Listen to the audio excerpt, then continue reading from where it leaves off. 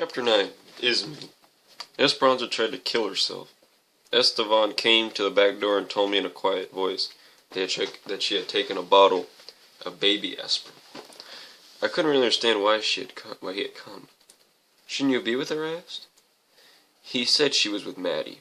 Maddie had found her almost immediately and rushed her to a clinic she knew of in South Tucson, where he didn't have to show papers. I hadn't even thought of this, all the extra complications that must have filled their lives, even in times of urgency. Maddie once told me about a migrant lemon picker in Phoenix who lost a thumb in a machine and bled to death because the nearest hospital turned him away. Is she going to be alright? How could he know? But he said yes, that she was. They might or might not have time to vacuum her stomach, he explained. He seemed to know the whole story, including the ending, and I began to suspect it was something that had happened before. It was after sunset and the moon was already up. A fig grew by the back door, an old stubborn tree that was slow to leaf out. The moon threw shadows of fig trees that curled like empty hands across Estevan's face and his chest. Something inside this man was turning inside out. He followed me into the kitchen where I had been cutting up carrots and cubes of cheese for Turtle's lunch tomorrow. To keep my hands from shaking, I pushed the knife carefully through stiff orange carrot flesh against the cutting board. I don't really know what to say when something like this happens, I told him.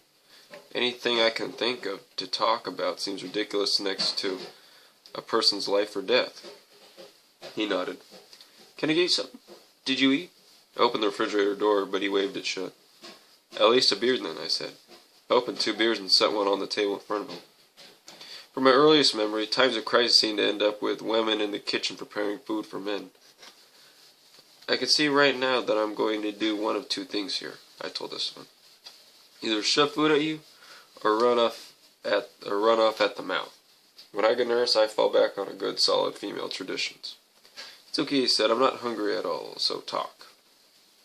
I had never heard him say it's okay before. Russian work was corrupting Estevan's perfect English. I took his statement to mean that it was okay to talk about things that weren't especially important, so I did.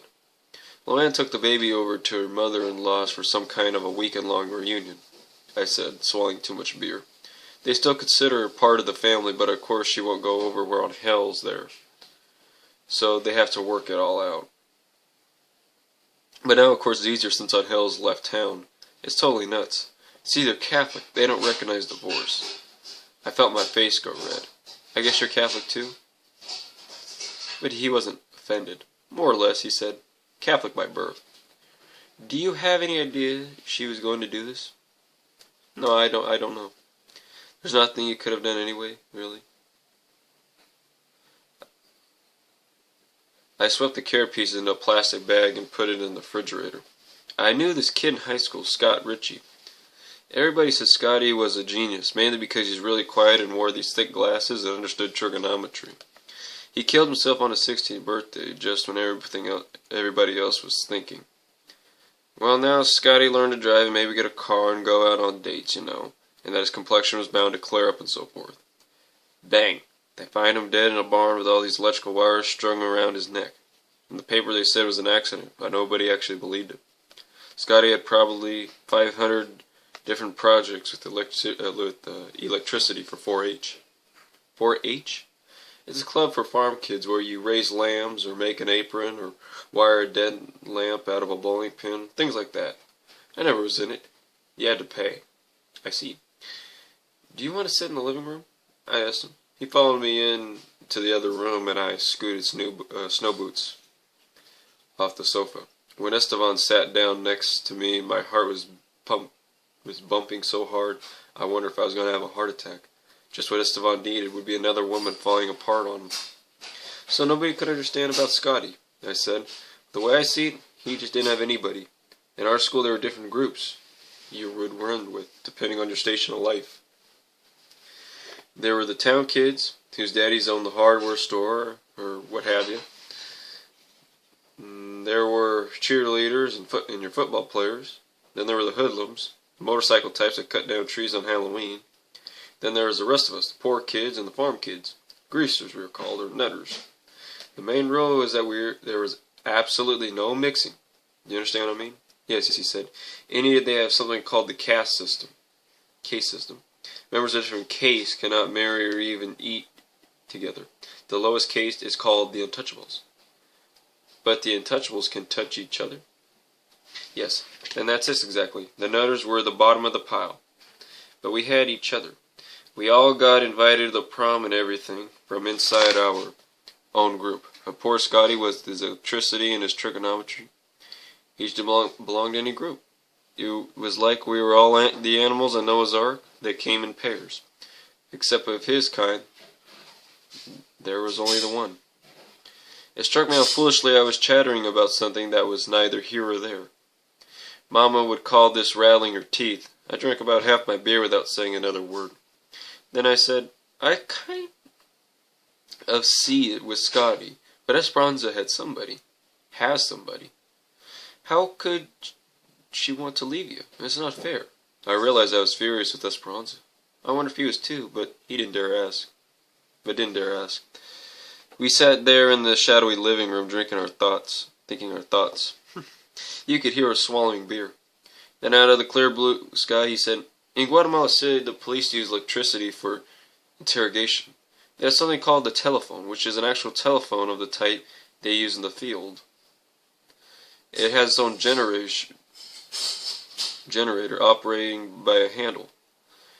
He held up one hand and turned the other in a circle in front of the palm. A crank? Like the old-fashioned telephones? Operated with a crank, he said. The telephones are made in the United States. What do you mean they use them for interrogation? Do you mean they question you over the telephone? Esteban seemed annoyed with me.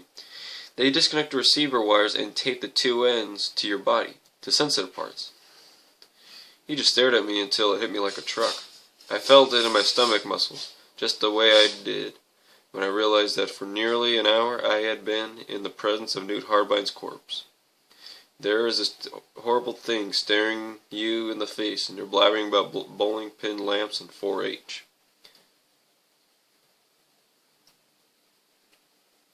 I'll get us another beer, I said. I went to the kitchen and brought back the rest of the six-pack, carrying it around the plastic rings like a purse.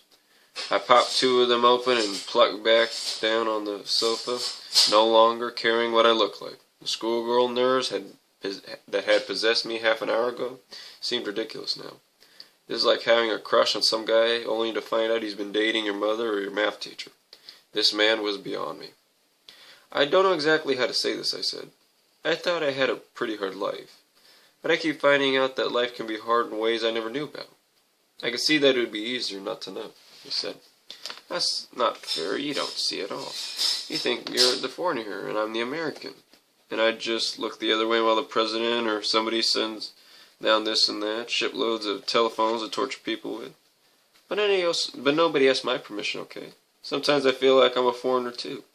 I come from a place that's so different from here. You would think you stepped right off the map into some other country where they use dirt for decoration and the national pastime is having babies. People don't look the same, talk the same, nothing. Half the time I have no idea what's going on around me here. A little shadow moved in the doorway, and we both jumped. It was Turtle. You're a rascal, I said. You hop back in the bed this minute. She took one hop backwards, and both Esteban and I tried not to smile. This minute, I said, in the meanest voice I could muster. She hopped backwards through the door, clapping her hands one time with each hop. We could hear her hopping and clapping on the way back through the kitchen and into bed. Snowboots jumped onto the back of the sofa and sat behind my neck, waiting for something. He made me nervous. All I'm saying is, don't be so sure until you have all the facts, Esteban said. You cannot know what Esperanza has had to live through. I was confused. He was picking up the middle of a conversation I didn't even know where we started. No, I said, I don't. Or you either. He looked away from me and touched the corners of his eyes, and I knew he was crying in a secret way men feel they have to. He said something I couldn't very well hear. A name, Ismene. I shoved Snowboots gently away from the back of my neck. What, I asked? Do you remember the day we walked in the desert? And you asked why Esperanza was staring at Turtle, and I told you she looked very much like a child we knew in Guatemala? I nodded. The child was Ismene. I was afraid to understand this. I asked him if he meant that Ismene was her daughter. Esteban said yes, that she was. She was taken in a raid on their neighborhood in which Esperanza's brother and 2 friends were killed. They were members of Esteban's teachers' union. He told me in what condition they've had found the bodies. He wasn't crying as he told me this, and I wasn't either. It's hard to explain, but a certain kind of horror is beyond tears. Tears would be like worrying about watermarks on the furniture when the house is burning down. Ismene wasn't killed. She was taken. Try as I would, I couldn't understand this. I was no longer so stupid as to ask why they didn't call the police, but still I couldn't see why they hadn't at least tried to get her back if they knew the police had taken her and where. Don't be upset with me, I said. I know I'm ignorant. I'm sorry. Just explain it to me. But he wasn't upset. He seemed to get steadier and more patient when he explained things, as if he were teaching a class.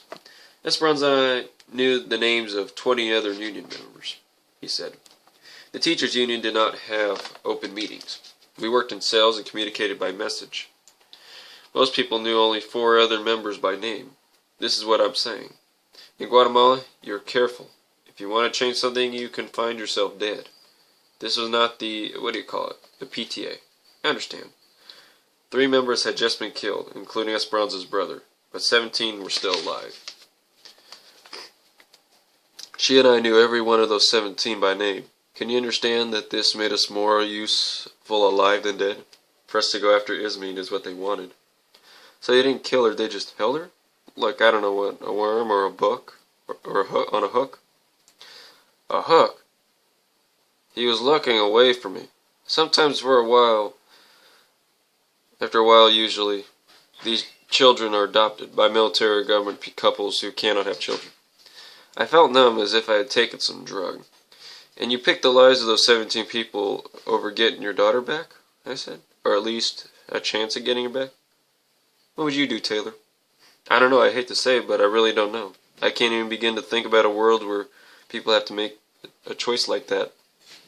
You live in that world, he said quietly. And I knew this, but I didn't want to. I started to cry then, just tears streaming out all over, and no stopping them. Esteban put his arms around me and I sobbed against his shoulder. The dam had really broken. I was embarrassed. I'm going to get snot on your clean shirt, I said. I don't know what it is, snot. Good, I said. There was no way on earth I could explain what I felt, but my whole life had been running along on dumb luck and I hadn't even noticed it. For me, even bad luck brings good things. I told him finally. I threw out a rocker on my car and I got turtled. I drove over broken glass on an off-ramp and found Maddie. I crossed my arms tightly over my stomach, trying to stop myself from gulping air. Do you know I spent the first half of my life avoiding motherhood and tires, and now I'm counting them as blessings? Turtle showed up in the doorway. I don't know how long she had been there, but she was looking at me with eyes I hadn't seen on her since the night on the Oklahoma plain. Come here, Pumpkin, I said. I'm okay, just sprung a leak, don't you worry. Do you want a drink of water? She shook her head. Just want to cuddle a few minutes? She nodded and I took her on my lap. Snow Boots jumped onto the sofa again. I could feel the weight of him moving slowly across the back and down on the other arm. And from there he curled into Esteban's lap. In less than a minute, Turtle was asleep in my arms. When I was a child, I had a set of paper dolls. They were called the Family of Dolls, and each one had a name written on the cardboard base under the feet. Their names were Mom, Dad, Sis, and Junior. I played with these dolls in a desperate, loving way until their paper arms and heads disintegrated. I loved them in spite of the fact that their tight-knit little circle was as far beyond my reach as a football player's and cheerleader circle would be in later years.